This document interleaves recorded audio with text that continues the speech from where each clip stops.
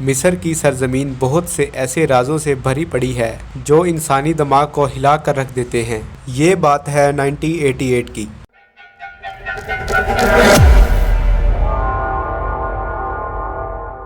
جب طوفانی آندھی کی وجہ سے ریت کے اندر سے ایک غیر معمولی اور عجیب مجسمہ نکلا۔ یہ لکڑی کا ایک بہت ہی خستہ حال ڈھانچہ تھا جسے دیمک نے بری طرح کھوکھلا کر دیا تھا۔ اس حقیقت سے پردہ اٹھانے کے لیے آثار قدیمہ کی ایک ٹیم نے سال 2000 میں یہاں کھدائی شروع کر دی۔ یہ کھدائی بڑی احتیاط سے کرنی تھی، یہاں تک کہ ایک چھوٹی سی غلطی بھی ساخت کو نقصان پہنچا سکتی تھی۔ ریت کے اندر سے نکلنے والی چیز کوئی عام چیز نہیں تھی بلکہ ایک 70 فٹ لمبی کشتی تھی۔ صحرا کے درمیان اس تنہا کشتی کا کیا مقصد تھا؟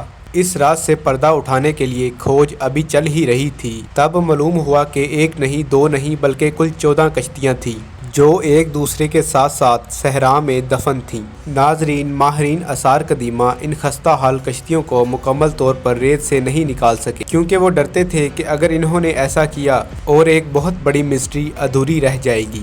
صرف وہ لکڑی کے چند نمونوں کی مدد سے ہی وہ اس بات کا تعین کر سکے کہ کشتیاں 5000 سال پرانی تھیں۔ کچھ عرصے بعد جدید ترین سونار اسکیننگ ٹیکنالوجی کی مدد سے آثار قدیمہ کے ماہرین اب اس کو چھوئے بغیر پورے علاقے کا 3D ماڈل بنانے کے قابل تھے۔ اسکیننگ کے بعد بنایا گیا 3D ماڈل کچھ اس طرح نظر آتا ہے۔ یہ انسانی تاریخ کا اب تک کا سب سے قدیم بحری بیڑا سمجھا جاتا ہے۔ 60 سے 70 فٹ لمبی کشتیاں جو ایسا لگتا ہے کہ انہیں احتیاط سے ایک دوسرے کے متوازی قطار میں کھڑا کیا گیا ہے۔ اس مقام کو دیکھ کر جہاں یہ کشتیاں کھڑی ہیں، ذہن میں پہلا خیال یہ آتا ہے کہ کیا یہ اس زمانے میں دریائے نیل کا کنارہ رہا ہوگا؟ ماہرین نے دیکھتے سار ہی اس بات سے انکار کر دیا، کیونکہ اگر یہ کشتیاں دریا کے کنارے پر تیرتی تو وہ ایک غیر پوزیشن میں کھڑی ہوتی، لیکن وہ تو ایک دوسرے کے متوازی کھڑی ہیں۔ اس سے ظاہر یہ ہوتا ہے کہ انہیں جان بوجھ کر یہاں رکھا گیا تھا۔ اس کے علاوہ ماہر آثار قدیمہ نے ارد گرد کے لینڈسکیپ کا بھی بغور معائنہ کیا، لیکن کہیں ایسا نظر نہیں آیا کہ دریائے نیل یہاں سے گزرتا تھا۔ تو پھر سوال یہ اٹھتا ہے کہ آخر یہ کشتیاں کہاں سے آئیں؟ جب 3D گرافکس کی مدد سے کشتیوں کے ڈھانچے کو دوبارہ بنایا گیا تو اس کا ایک سراغ ملا۔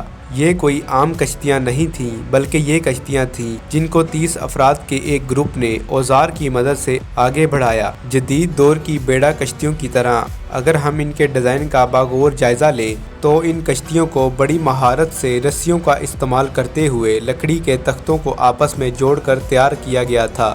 ماہرین آثار قدیمہ کا کہنا ہے کہ یہ کشتیاں نمودار ہوتی ہیں۔